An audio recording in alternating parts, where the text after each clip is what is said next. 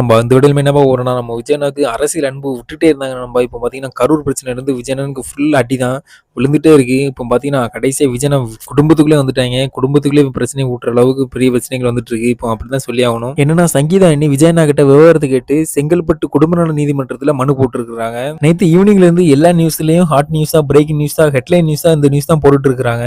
பிப்ரவரி 24ஆம் தேதி மனு போட்டுருக்காங்க. ஏப்ரல் 20ஆம் தேதி நம்ம தளபதி ஆஜராகணும்னு சொல்லி நீதிமன்றத்தில சொல்லியிருக்காங்க. இந்த நியூஸ் வந்து ரொம்ப பழைய நியூஸ் தான். 2020, 21லயே இந்த நியூஸ் வந்துட்டு. ஆனா இப்போ எதுக்கு இத இப்போ பழச இப்படி கிண்டி இப்போ எதுக்கு அத இப்படி பண்றாங்கன்றது தெரியல. இப்ப அரசியல் வந்தவரும் ரொம்ப பண்றாங்க.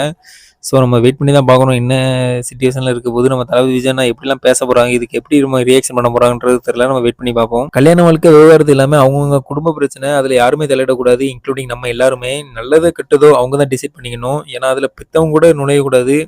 அவங்களுக்கு கூட ரைட்ஸ் கிடையாது. நம்ம அவங்க போய் கேட்கறது கூட. ஆனா இப்போ எல்லா நியூஸ் சேனல் அண்ட் எல்லா சோசியல் மீடியாலயும் இத தான் முக்கியமா பேசிட்டு இருக்காங்க. ஆனா முக்கியமா சன் நியூஸ் மாரி ஒரு கேவலமான சேனல் நான் இதுவரைக்கும் பார்த்ததே கிடையாது. கிருஷ்ணகிரி மாவட்டத்துல 2 1/2 வயசு குழந்தைய திமுக இளைஞர் நிர்வாகி பாலியல் வன்கொடுமை பண்ணி கொடூரமா கொண்டிருக்கிறாரு. இந்த நியூஸ இந்த மானங்கெட்ட சன் நியூஸ் போடவே இல்ல. ஆனா அந்த அடுத்தவன் பிரச்சனை, குடும்ப பிரச்சனைய மட்டும் நல்லா போட்டதையே போட்ட நியூஸாவே போட்டுட்டு இருக்கான். ஆனா நம்ம தளபதி விஜய் ரீசன்ட் மீட்டிங்ல எல்லா இதுலயுமே ஒண்ணு சொல்லிட்டே இருந்தாங்க. அது நான் அப்பம் புரியல, இப்பவும் புரியுதுன்னு சொல்லி சொல்றாங்க நம்ம தளபதி ஃபேன்ஸ் எல்லாருமே. என்னன்னா அந்த தமிழ்நாடு தான் என் குடும்பம், தமிழ்நாடு மக்கள் தான் என் குடும்பம்ன்றது சொன்னதுதான். ஏன்னா நம்ம விஜய் ஓட்டுக்காக சொல்லல. அவர் குடும்பத்தையே விட்டுட்டு எல்லாத்தையும் விட்டுட்டு நம்மளுக்காக வந்திருக்கிறாங்கன்றது இதுலேருந்து புரியுது நம்மளுக்கு. அதனால நம்ம எல்லாருமே ஒண்ணா இருந்து நம்ம விஜய் யாருன்றத காட்டணும். சரி, ஓகே நண்பா. இத பத்தி நீங்க என்ன நினைக்கின்றத கமெண்ட்ல சொல்லுங்க. இந்த மாரி தளபதி விஜய் பத்தின எல்லா நியூஸையும் தெரிஞ்சுக்க நம்ம தளபதி கிருபாரன் யூடியூப் சேனலை சப்ஸ்கிரைப் பண்ணி வச்சுக்கோங்க.